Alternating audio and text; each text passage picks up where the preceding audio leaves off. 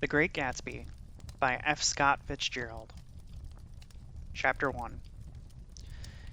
In my younger and more vulnerable years, my father gave me some advice that I've been churning over in my mind ever since. Whenever you feel like criticizing anyone, he told me, just remember that all the people in this world haven't had the advantages that you've had. He didn't say any more, but we've always been unusually communicative in a reserved way. And I understood that he meant a great deal more than that. In consequence, I'm inclined to reserve all judgments, a habit that has opened up many curious natures to me and also made me the victim of not a few veteran bores. The abnormal mind is quick to detect and attach itself to this quality when it appears in a normal person. And so it came about that in college I was unjustly accused of being a politician, because I was privy to the secret griefs of wild, unknown men. Most of the confidences were unsought. Frequently I have feigned sleep, preoccupation, or a hostile levity when I realized by some unmistakable sign that an intimate revelation was quivering on the horizon. For the intimate revelations of young men, or at least the terms in which they express them, are usually plagiaristic and marred by obvious suppressions. Reserving judgments is a matter of infinite hope. I am still a little afraid of missing something if I forget that, as my father snobbishly suggested, and I snobbishly repeat, a sense of the fundamental decencies is parceled out unequally at birth. And after boasting this way of my tolerance, I come to the admission that it was a limit. Conduct may be founded on the hard rock or the wet marshes, but after a certain point, I don't care what it's founded on. When I came back from the East last autumn, I felt that I wanted the world to be in uniform and at a sort of moral attention forever. I wanted no more riotous excursions with privileged glimpses into the human heart. Only Gatsby, the man who gives his name to this book, was exempt from my reaction. Gatsby, who represented everything for which I have unaffected scorn. If personality, it is an unknown series of successful gestures, then there was something gorgeous about him, some heightened sensitivity to the promises of life, as if he were related to one of those intricate machines that register earthquakes 10,000 miles away. This responsiveness had nothing to do with that flyboy impersonability, which is dignified under the name of the creative temperament. It was an extraordinary gift or hope, a romantic readiness such as I have never found in any other person, and which is not likely I shall ever find again. No, Gatsby churned out all right at the end. It is what preyed on Gatsby, what foul dust floated in the wake of his dreams, that temporarily closed out my interest in the arborative sorrows and short-winded elations of men. My family have been prominent, well-to-do people in this middle western city for 3 generations. The Carways are something of a clan, and we have a tradition that we are descended from the Dukes of Buccleuch. But the actual founder of my line was my grandfather's brother, who came here in '51, sent a substitute to the Civil War, and started the wholesale hardware business that my father carries on today. I never saw this great uncle, but I'm supposed to look like him, with special reference to the rather hard-boiled painting that hangs in father's office. I graduated from New Haven in 1915, just a quarter of a century after my father, and a little later I participated in that delayed Teutonic migration known as the Great War. I enjoyed the counter raid so thoroughly that I came back restless. Instead of being the warm center of the world, the Middle West now seemed like a ragged edge of the universe. So I decided to go east and learn the bond business. Everybody I knew was in the bond business. So I supposed it could support one more single man. All my aunts and uncles talked it over as if they were choosing a prep school for me, and finally said, "Why, yes," with very grave, hesitant faces. Father agreed to finance me for a year, and after various delays, I came east permanently. I thought in the spring of 22. The practical thing was to find rooms in the city, but it was a warm season and I had just left a country of wide lawns and friendly trees. So when a young man at the office suggested that we take a house together in a commuting town, it sounded like a great idea. He found the house, a weather-beaten cardboard bungalow at 80 a month, but at the last minute, the firm ordered him to Washington, and I went out to the country alone. I had a dog, at least I had him for a few days until he ran away, and an old Dodge and a Finnish woman who made my bed and cooked breakfast and muttered Finnish wisdom to herself over the electric stove. It was lonely for a day or so until one morning some man more recently arrived than I stopped me on the road. "How do you get to West Egg Village?" he asked, helplessly. I told him, and as I walked on, I was lonely no longer. I was a guide, a pathfinder, an original settler. He had casually conferred on me the freedom of the neighborhood. And so, with the sunshine and the great bursts of leaves growing on the trees, just as things grew in fast movies, I had that familiar conviction that life was beginning over again with the summer. There was so much to read, for one thing, and so much fine health to be pulled down from out of the young breath-giving air. I bought a dozen volumes on banking and credit and investment securities, and they stood on my shelf in red and gold like new money from the mint, promising to unfold the shining secrets that only Midas and Morgan and Maecenas knew. And I had the high intention of reading many other books besides. I was rather literally in college. One year, I wrote a series of very solemn and obvious editorials for the Yale News, and now I was going to bring back all such things into my life and become again that most limited of all specialists, the well-rounded man. This isn't just an epigram. Life is much more successfully looked at from a single window after all.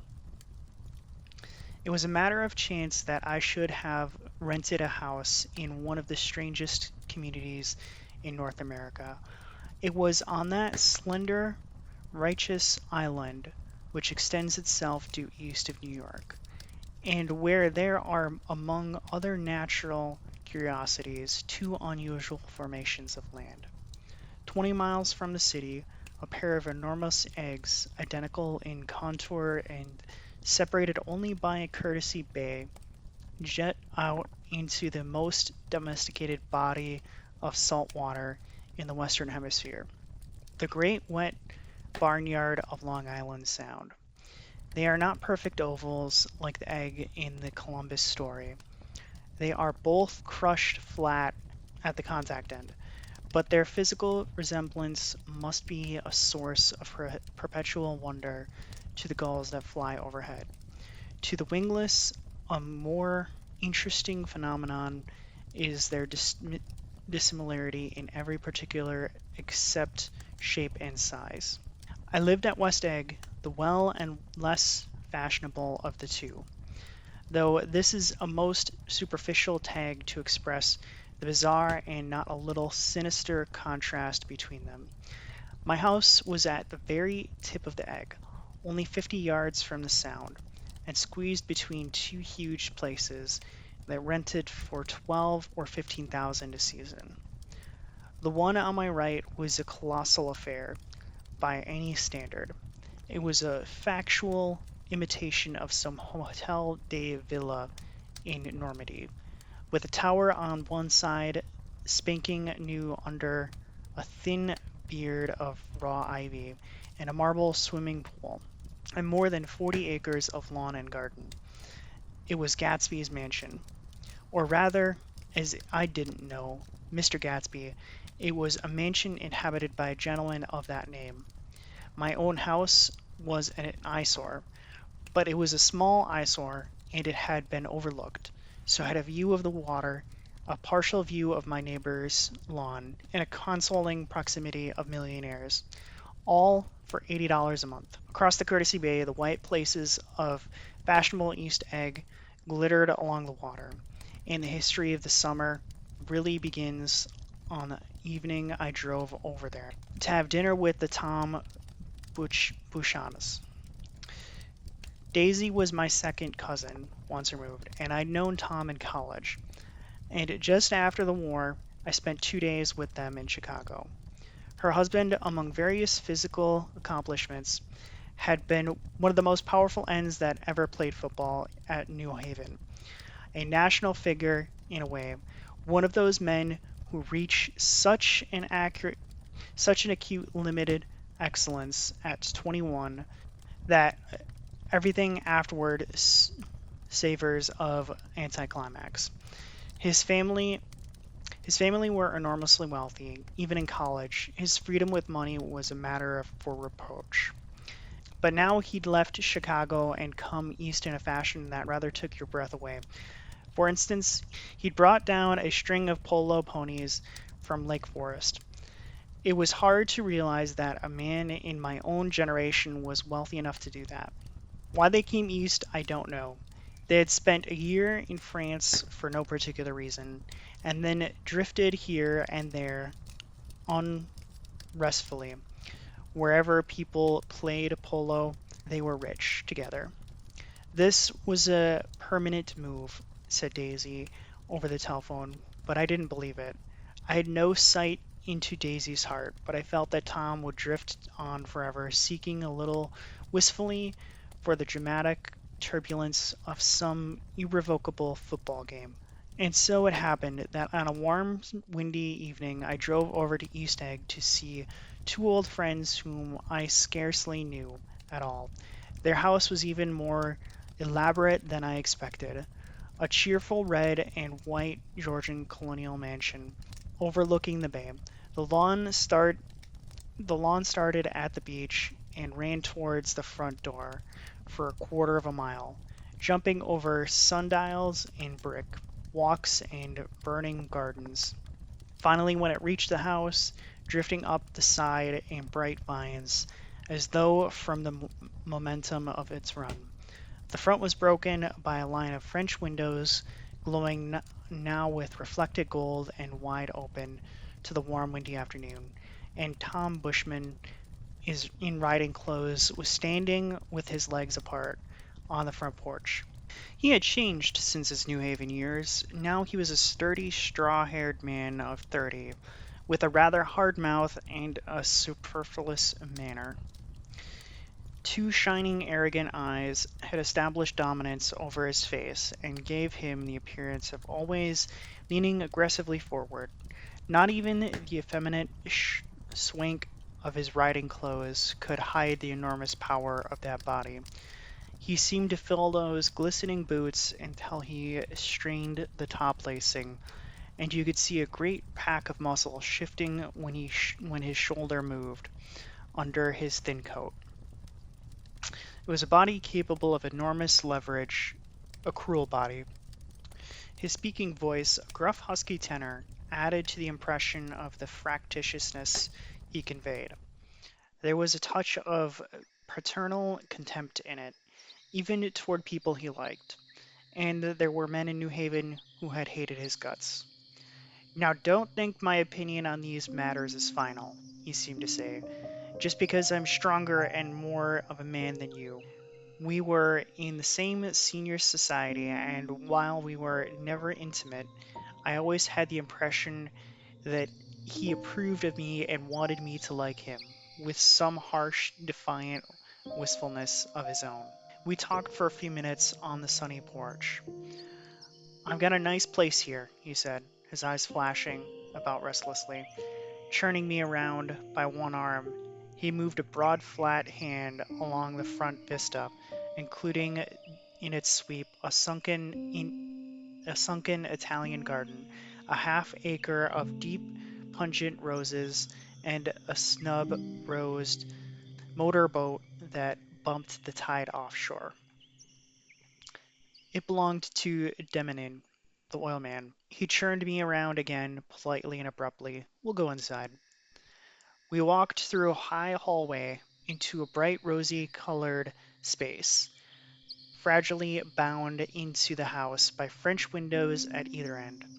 The windows were ajar and gleaming white against the fresh grass outside that seemed to grow a little way into the house. A breeze blew through the room, blew the curtains in at one end and out the other like pale flags, twisting them up toward the frosted wedding cake and of the ceiling, and then rippled over the wine-colored rug, making a shadow on it as wind does on the sea. The only completely stationary object in the room was an enormous couch on which two young women were buoyed up as though upon an anchored balloon. They were both in white, and their dresses were rippling and fluttering as if they had just been blown back in it after a short flight around the house.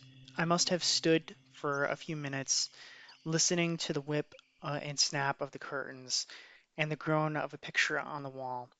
Then there was a boom as Tom Bushman shut the rear windows, and the caught wind died out about the room, and the curtains and the rugs and the two young women ballooned slowly to the floor. The younger of the two was a stranger to me. She was extended full length at her end of the divan, completely motionless, and with her chin raised a little, as if she were balancing something on it which was quite likely to fall. If she saw me out of the corner of her eyes, she gave no hint of it. Indeed, I was almost surprised into murmuring an apology for having disturbed her by coming in. The other girl, Daisy, made an attempt to rise. She leaned slightly forward with a conscientious, conscientious expression. Then she laughed, an absurd, charming little laugh, and I laughed too, and came forward into the room. "I'm paralyzed with happiness." She laughed again, as if she had said something very witty, and held my hand for a moment, looking up into my face, promising that there was no one in the world she so much wanted to see. That was a way she had. She hinted in a murmur that the surname of the balancing girl was Baker. I've heard it said that Daisy's murmur was only to make people lean toward her, an irrelevant criticism that made it no less charming. At any rate, Miss Baker's lips fluttered. She nodded at me almost imperceptibly, and then quickly tipped her head back again. The object she was balancing had obviously tottered a little, and given her something of a fright. Again, a sort of apology rose to my lips. Almost any exhibition of complete self-sufficiency draws a stunned tribute from me. I looked back at my cousin, who began to ask me questions in her low, thrilling voice. It was the kind of voice that the ear follows up and down, as if each speech is an arrangement of notes that will never be played again. Her face was sad and lovely, with bright things in it, bright eyes, and a bright, passionate mouth. But there was an excitement in her voice that men who had cared for her found it difficult to forget. A singing compulsion, a whispered "Listen." I promised that she had done gay, exciting things just a while since, and that they were gay, exciting things hovering in the next hour. I told her how I had stopped off in Chicago for a day on my way to East, and how a dozen people had sent their love through me. Do they miss me? She cried ecstatically. The whole town is desolate. All the cars have the left rear wheel painted black as a mourning wreath, and there's a persistent wail all night along the North Shore. How gorgeous. Let's go back. Tom, tomorrow. Then she added irrelevantly, You ought to see the baby. I'd like to. She's asleep. She's 3 years old. Haven't you ever seen her? Never. Well, you ought to see her. She's Tom Bushin, who had been hovering restlessly about the room, stopped and rested his hand on my shoulder. What are you doing, Nick? I'm a bondman. Who with? I told him. Never heard of them, he remarked decisively. This annoyed me. You will, I answered shortly. You will if you stay in the East. Oh, I'll stay in the East. Don't you worry, he said, glancing at Daisy and then back at me, as if he were alert for something more. I'd be a goddamned fool to live anywhere else. At this point, Miss Baker said, Absolutely, with such suddenness that I started. It was the first word she had uttered since I came into the room. Evidently, it surprised her as much as it did me, for she yawned and, with a series of rapid, daft movements, stood up into the room. I'm stiff, she complained. I've been lying on that sofa for as long as I can remember. Don't look at me, Daisy retorted. I've been trying to get you to New York all afternoon. No thanks, said Miss Baker to the four cocktails just in from the pantry. I'm absolutely in training. Her host looked at her incourteously. You are? He took down his drink as if it were a drop in the bottom of glass. How you ever got anything done is beyond me. I looked at Miss Baker, wondering what it was she got done. I enjoyed looking at her. She was a slender, small-breasted girl with an erect carriage, which she accentuated by throwing her body backward at the shoulders like a young cadet. Her gray sun-strained eyes looked back at me with polite, reciprocal curiosity out of a wan, charming, discontented face. It occurred to me now that I had seen her or a picture of her somewhere before. You live in West Egg? She remarked contemptuously. I know somebody there. I don't know a single. You must know Gatsby. Gatsby? Demanded Daisy. What Gatsby?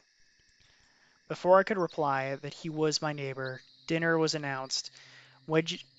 wedging his tense arm imperceptibly under mine.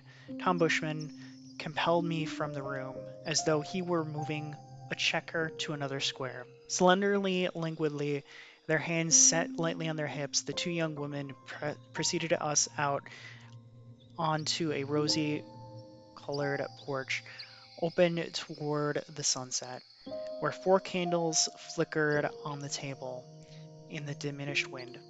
Why candles? Objected Daisy, frowning. She snapped them out with her fingers. In 2 weeks it'll be the longest day in the year. She looked at us all radiantly.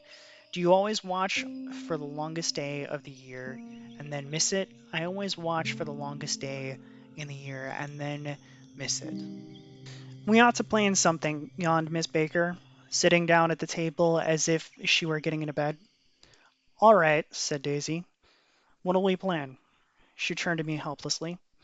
What do people plan? Before I could answer her, eyes fastened with an odd expression on her little finger. Look, she complained. I heard it. We all looked. The knuckle was black and blue. You did it, Tom, she said accusingly. I know you didn't mean to, but you did do it. That's what I get for marrying a brute of a man. A great big hulking physical specimen of a. I hate that word, hulking, objected Tom crossly. Even in kidding.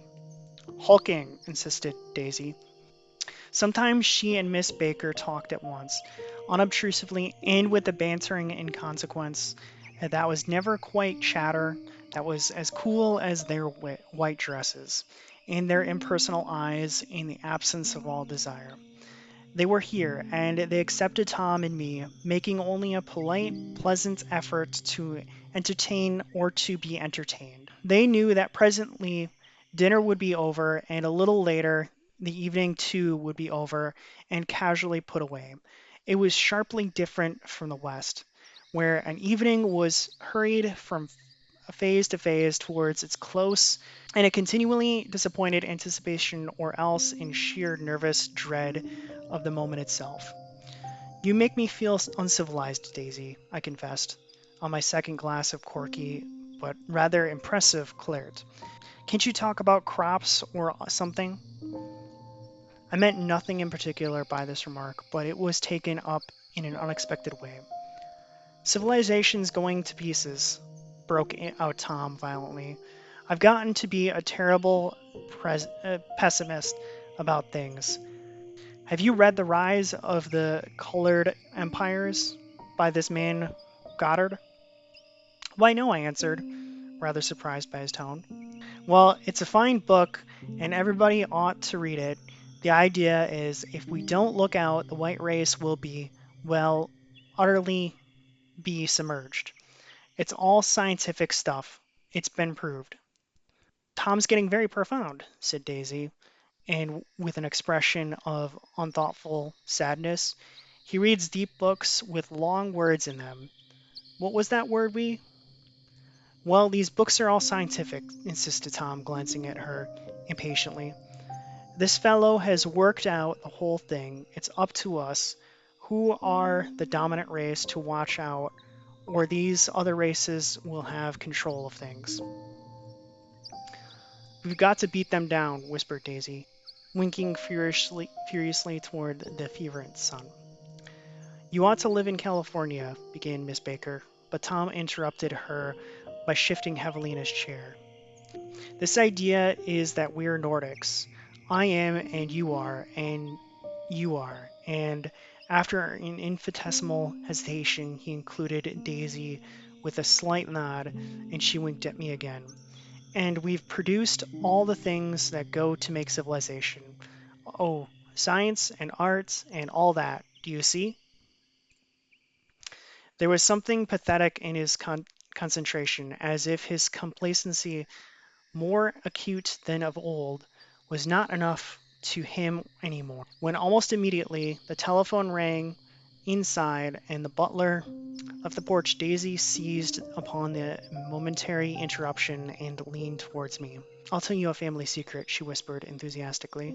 It's about the butler's nose. Do you want to hear about the butler's nose? That's why I came over tonight. Well, he wasn't always a butler. He used to be the silver polisher for some people in New York that had a silver service for 200 people. He had to polish it from morning till night until finally it began to affect his nose. Things went from bad to worse, suggested Miss Baker. Yes, things went from bad to worse until finally he had to give up his position. For a moment, the last sunshine fell with romantic affection upon her glowing face. Her voice compelled me forward breathlessly as I listened. Then the glow faded, each light deserting her with a lingering regret, like children leaving a pleasant street at dusk. The butler came back and murmured something close to Tom's ear, whereupon Tom frowned, pushed back his chair, and without a word went inside. As if his absence quickened something within her, Daisy leaned forward, and again her voice glowing and singing. I love to see you at my table, Nick. You remind me of a rose, an absolute rose. Doesn't he? She turned to Miss Baker for confirmation. An absolute rose? This was untrue. I am not even faintly like a rose. She was only extemporizing, but a stirring warmth flowed from her, as if her heart was trying to come out to you, concealed in one of those breathless, thrilling words. Then suddenly she threw her napkin on the table and excused herself and went into the house. Miss Baker and I exchanged a short glance, conscientiously devoid of meaning. I was about to speak when she sat up alertly and said, "Shh," in a warning voice. A sudden impassioned murmur was audible in the room beyond, and Miss Baker leaned forward and unashamed, trying to hear. The murmur trembled on the verge of coherence, sank down, and mounted excitedly, and then ceased altogether. "This Mr. Gatsby you spoke of is my neighbor," I began. "Don't talk. I want to hear what happens." "Is something happening?" I inquired innocently. "You mean to say you don't know?" said Miss Baker, honestly surprised. "I thought everybody knew." "I don't." "Why?" she said hesitantly. "Tom's got some woman in New York."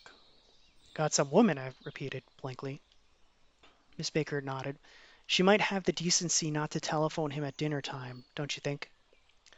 Almost before I had grasped her meaning, there was a flutter of a dress on the couch of leather boots, and Tom and Daisy were back at the table. "It couldn't be helped," cried Daisy with tense gaiety. She sat down, glanced searchingly at Miss Baker and then at me, and continued, "I looked outdoors for a minute, and it's very romantic outdoors.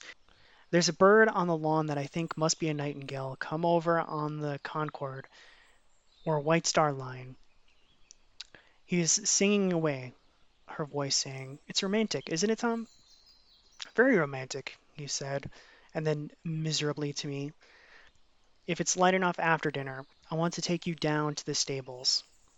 The telephone rang inside, startlingly, and as Daisy shook her head decisively at Tom, the subject of the stables, in fact all subjects, vanished into air, among the broken fragments of the last 5 minutes at table.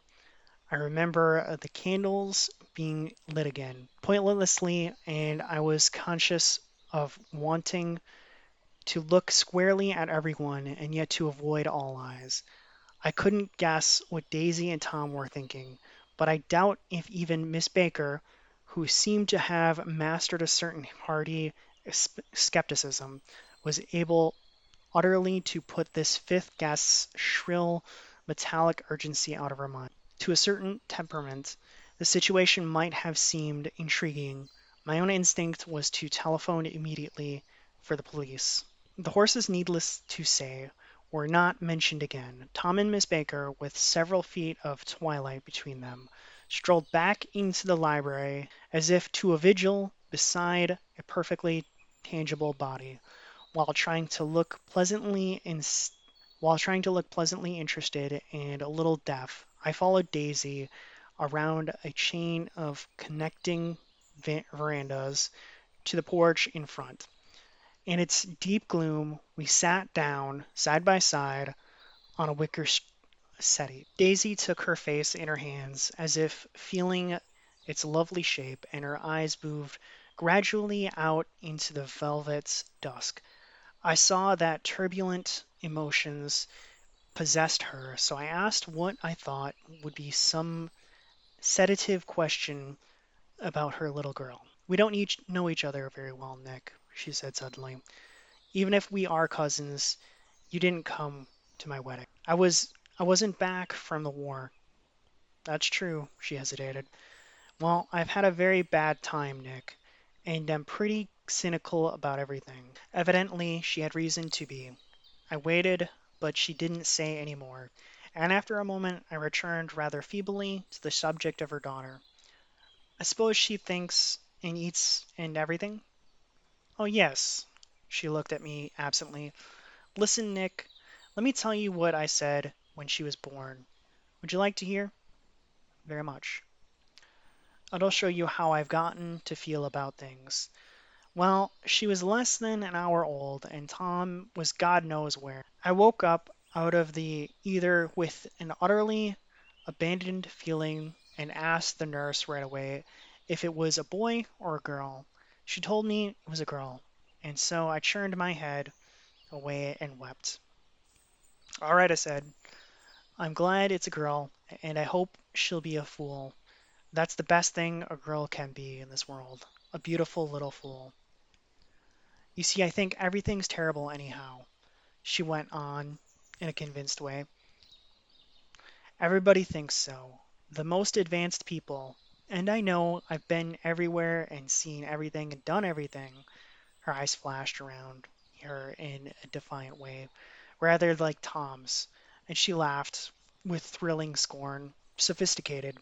God, I'm sophisticated." The instant her voice broke off, ceasing to compel my attention, my belief I felt The basic insincerity of what she had said. It made me uneasy, as though the whole evening had been a trick of some sort to exact a contributory emotion from me. I waited, and sure enough, in a moment she looked at me with an absolute smirk on her lovely face, as if she had asserted her membership in a rather distinguished secret society to which she and Tom belonged. Inside, the Crimson Room bloomed with light. Tom and Miss Baker sat at either end of the long couch, and she read aloud to him with the Saturday Evening Post. The words, murmurs, and uninflected running together in a soothing tune.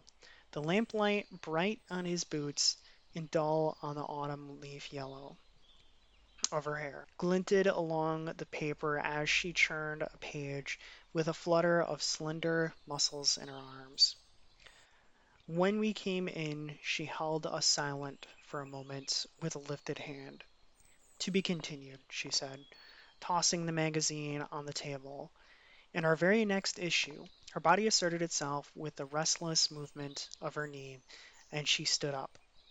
10 o'clock, she remarked, apparently finding the time on the ceiling.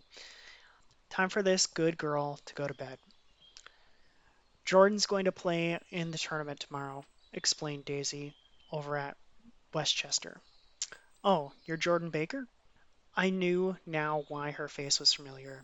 Its pleasing, contemptuous expression had looked out at me from many rotograver pictures of the sporting life at Asheville and Hot Springs in Palm Beach. I had heard some story of her too, a critical, unpleasant story, but what it was I had forgotten long ago. Good night, she said softly. Wake me at 8, won't you? If you'll get up. I will. I will. Good night, Mr. Carraway. See you, Anna. Of course you will, confirmed Daisy. In fact, I think I'll arrange a marriage. Come over often, Nick, and I'll sort of, oh, fling you together. Lock you up accidentally in the linen closets and push you out to sea on a boat and all that sort of thing. Good night, called Miss Baker from the stairs. I haven't heard a word. She's a nice girl, said Tom after a moment. They ought to let her run around the country this way. Who ought to? Inquired Daisy wildly. Her family. Her family is one at about 1,000 years old. Besides, Nick's going to look after her, aren't you, Nick? She's going to spend lots of weekends out here this summer. I think the home influence will be very good for her. Daisy and Tom looked at each other for a moment in silence. Is she from New York? I asked quickly. From Louisville. Our white girlhood was passed together there. Our beautiful white. Did you give Nick a little heart-to-heart talk on the veranda? Demanded Tom suddenly. Did I? She looked at me. I can't seem to remember, but I think we talked about the Nordic race. Yes, I'm sure we did. It sort of crept up on us, and first thing you know, don't believe everything you hear, Nick, he advised me.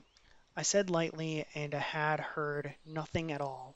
And a few minutes later, I got up to go home. They came they came to the door with me and stood side by side in a cheerful square of light. As I started my motor, Daisy promptly called, Wait, I forgot to ask you something, and it's important. We heard you were engaged to a girl out west. That's right, corroborated Tom kindly. We heard that you were engaged. It's a libel. I'm too poor. But we heard it, insisted Daisy, surprising me by opening up again in a flower-like way. We heard it from 3 people, so it must be true. Of course I knew what they were referring to, but I wasn't even vaguely engaged. The fact that gossip had published the banns was one of the reasons I had come east. You can't stop going with an old friend on account of rumors, and on the other hand, I had no intention of being rumored into marriage. Their interest rather touched me and made me less remotely rich, nevertheless. I was confused and a little disgusted as I drove away. It seemed to me that the thing for Daisy to do was to rush out of the house, child in arms, but apparently there were no such intentions in her head. As for Tom, the fact that he had some woman in New York was really less surprising than that he had been depressed by a book. Something was making him nibble at the edge of stale ideas, as if his sturdy physical egotism no longer nourished his permatory heart. Already it was deep summer on roadhouse roofs and in front of wayside garages, where new red petrol pumps sat on the pools of light. And when I reached my estate at West Egg, I ran the car under its shed and sat for a while on an abandoned grass roller in the yard. The wind had blown off, leaving a loud, bright night with wings beating in the trees, with the persistent organ sound as the full bellows of the earth blew the frogs full of life. The silhouette of a moving cat wavered across the moonlight, and turning my head to watch it, I saw that I was not alone. 50 feet away, a figure had emerged from the shadow of my neighbor's mansion, and was standing with his hands in his pockets, regarding the silver pepper of the stars. Something in his leisurely movements and the secure position of his feet upon the lawn suggested that it was Mr. Gatsby himself, come out to determine what share was his of our local heavens. I decided to call to him. Miss Baker had mentioned him at dinner, and that would do for an introduction. But I didn't call to him, for he gave a sudden intimation that he was content to be alone. He stretched out his arms toward the dark water in a curious way, and far as I was from him, I could have sworn he was trembling. Involuntarily, I glanced seaward, and distinguished nothing except a single green light, minute and far away. That might have been the end of the dock. When I looked once more for Gatsby, he had vanished, and I was alone, again in the unquiet darkness. Thanks for watching. That's the end of The Great Gatsby Part 1. Part 2 will be up sometime next week. Hope you enjoyed, and don't forget to like and subscribe. Also, if you want to help support us, check out our store at dhits.com. We do sell all kinds of merchandise. Use the code STORYHITS to get 10% off. The link is in the description below. As always, I hope you have a wonderful day.